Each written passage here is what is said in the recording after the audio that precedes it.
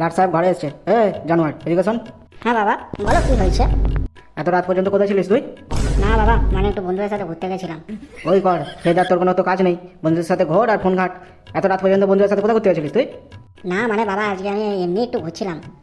তোর কথা এরকম জড়িয়ে যাচ্ছে কেন? সত্যি করে বল, কোথায় গেছিলিস? না মানে বাবা, মাকে দেখতে পাচ্ছি না, মা কোথায় গেছে? হ্যাঁ, তোর মা আজকে তোর মার বাড়ি গেছে। মা গেছে আজকে মামার বাড়ি, আর আমি যাবো আজকে জমের বাড়ি। ওইদিকে তাকে কি বিড়বিড় করে বলছিস? এদিকে এসে বল কি বলছিস।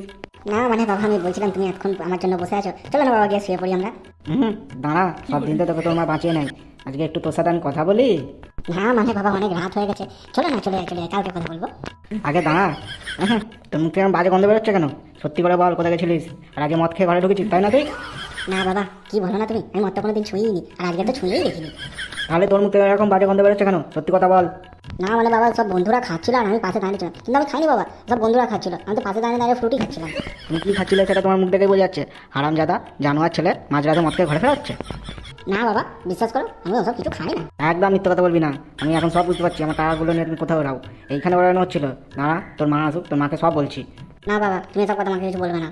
কেন, কি হলো? এতদিন তো তোমার মা তোমাকে অনেক বাঁচিয়েছে, এখন তোমার মা জানুক মাঝরাতে তার গুণদার ছেলে মদ টদ খেয়ে দিয়ে বাড়িতে ঢুকছে। একদিকে বাবা, একদিকে মা, এখন আমি কি করবো? যাই আজকে গিয়ে চুপচাপ ঘরে শুয়ে পড়ি, কালকে সকালে যা হবে দেখা যাবে। দাঁড়া দাঁড়া, কোথায় যাচ্ছিস? মদ খেয়ে মাঝরাতে ঘরে ঢোকা? দাঁড়া, আজকে তোর ব্যবস্থা করছি আমি। তো বন্ধুরা, যদি ভিডিওটা ভালো লেগে থাকে তাহলে লাইক করো, কমেন্ট করে জানাও তোমাদের কোন পার্টটা সবথেকে বেশি ভালো লাগলো। আর তুমি তোমার বন্ধুদের সাথে এই ভিডিওটা অবশ্যই শেয়ার করো। আর তুমি যদি এই চ্যানেলে নতুন হয়ে থাকো তাহলে চ্যানেলটিকে অবশ্যই তুমি সাবস্ক্রাইব করে নাও, এরকম মজাদার ভিডিও আরও পাওয়ার জন্য।